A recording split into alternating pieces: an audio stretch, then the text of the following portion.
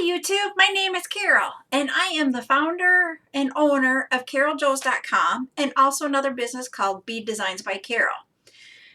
Today is going to be a launch of my YouTube channel.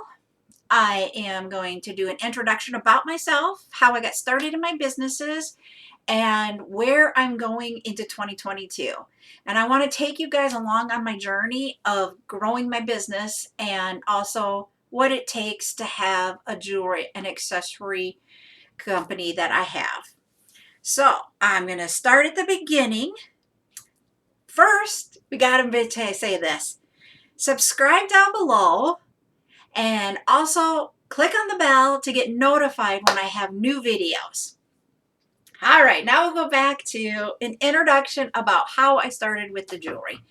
Back in 2005, my sister Jeannie and I decided, let's have a girls' day. And as part of that girls' day, we went to a local bead store here in South Dakota, and I learned how to make stretchy bracelets with my sister. And that stretchy bracelet started the love that I have for making jewelry. And I spent all of 2005 and I went into 2006 making jewelry for my family, my friends, and just anybody who I could give jewelry to. And I ended up giving away most of the jewelry that first year. I didn't really turn it into a business. It was just a hobby. I still wanted to do it. And I had done I made for everybody. What can I do next? Talking to my sister going, what can I do next? And she goes, start a business. So that is how Bead Designs by Carol got started. It was in July of 2006. I started doing craft shows and vendor fairs on Saturdays, sometimes Sundays, sometimes Fridays. And it really truly was a family business type scenario where I created jewelry throughout the week. And on Saturdays or whatever day I was doing my shows, I'd take my kids and we would go set up for a show, sell all day, tear down, and go home. And I did that for years, up until 2020. I also did teaching classes, the place where I had learned to make my first stretchy bracelet. I went and actually was employed there to teach jewelry and how to make it and that type of thing, and had fun doing that. Once that business closed, then I just started doing it on my own and teaching other people. And I have taught Girl Scout troops. I have done the ladies of the church groups. I have done retreats. I have done individuals, ladies' nights. If you wanted to learn how to do jewelry, you could call me. I would pack up the beads behind me, each of these trays, except for I used to have them in different trays then. And I would haul them in my vehicle and we would go make jewelry. Loved it. And I also did in-home shows where girls would get together. The hostess would receive free and discounted jewelry for hosting that night, and just set up and have a good old girls' night where you can just, it's a hoot. Those are a hoot too, just as much as learning how to do jewelry. Any way that you can put a social aspect to this, I have loved. And that is one of the things that I've loved about the business, is just being able to be social and being able to share what God gave me with other people, whether it be that they buy an already made product, I teach them how to do it, having a girls' night, whatever it is, just sharing what I love with people. And of course, in 2020, the pandemic hit, and I couldn't go to people's houses anymore. I couldn't go to craft shows anymore. And so what I did is I stepped back from actually selling the jewelry in 2020.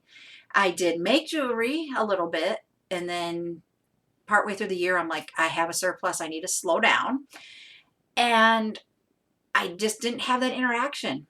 So then when we got to 2021, I'm like, I'm going to do a couple of shows. I started off the year doing a couple of shows, and my kids are older now, and they're the ones that used to come with. My husband would come with too, and we would make it a family weekend where we would haul the jewelry, set up, then my husband would take the kids and they would go do some activities while I was selling. And at night, we'd spend the night in a hotel and the kids could swim. We'd go out to eat at a restaurant that we didn't have locally and just make it a fun family time. But yet, I got my love of jewelry out. Well, the kids, we're empty nesters now. So we don't have kids at home anymore. And I don't have that help to set up anymore. And I missed that part. it was the family time isn't there to set up at shows. So I just made a decision in 2021 that I didn't want to go to shows anymore. So then I had to switch my business plan and business model around, and I ended up creating CarolJoes.com, because Bead Designs by Carol was already a domain name taken by somebody else. So I had to change my name of my business. Named it after myself because it is my business. And I also don't do just bead jewelry. So I wanted something that was more descriptive. It's more of a boutique jewelry type accessory business that everything is made by me, but that's why I want to name it Carol Joes. So that was what I ended up doing, is creating the website. So I actually work full time in IT, so I could take my IT background, create the website, and put all the products out there. I had tried before to do a website, but I found that I love making one of a kind jewelry. Not all my jewelry, very rarely do I make the same piece twice. So it's really hard to make and take pictures of everything, edit them, and put them up when you're trying to do shows, trying to have all the kids here and a family and all that. I'm at a place in my life, since we are empty nesters, to be able to do that now. And guess what?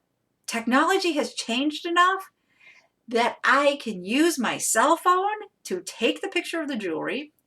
I edit it on my cell phone and I upload it to the website for my cell phone. So I no longer have to do everything online and download pictures and all that mess. Are my pictures on my website the most professional pictures you will ever see of jewelry? No. Am I okay with it? Oh yeah. Because guess what? I've got the jewelry out there to where you can see it and you can purchase it if that's what you choose to do. So my whole entire engagement of getting people to wear jewelry and have it on every day, I can still do. I started doing TikTok videos of just quick little things about myself and getting that out there and doing the interaction on TikTok, and I loved that. But the one part that I hadn't been able to get is the tutorial part, the teaching, the sharing of my business like I had done at craft shows, talking to other vendors. And so I sat back at the end of 2021 trying to figure out what can I do in 2022 that will help me do what I love to do. And so I came up with the idea of, let's do YouTube videos. So in 2022, my goals are, I will still do the YouTube or the TikTok videos. I will still keep putting new products out onto the website, but I'm also going to try to launch a new YouTube video every week. And they are going to be along the journey of a business. It's going to be what it takes to run the business. It's going to be tutorials. It will be just maybe a vlog. Like today's just a vloggy type one. And it's really just going to be a day in the life of a business person and how I grow my business. But I'm hoping that I can share my, the background and being able to teach somebody how to run a business. I can be able to teach somebody how to make one type of jewelry, whatever it is, just to share what I've done. And that is what my goal of 2022 is to be able to share and grow what I know and bring it to you guys. So I'm hoping that you will subscribe down below and go on this journey with me and see where 2022 takes us and just have fun along the way. It's not going to be the most professional format. This is truly just one-on-one because it's with me and you and just growing what we love. And I hope that you'll join me and have a great rest of your day and hopefully have a wonderful 2022. I'm going to say bye for now and we'll see you later.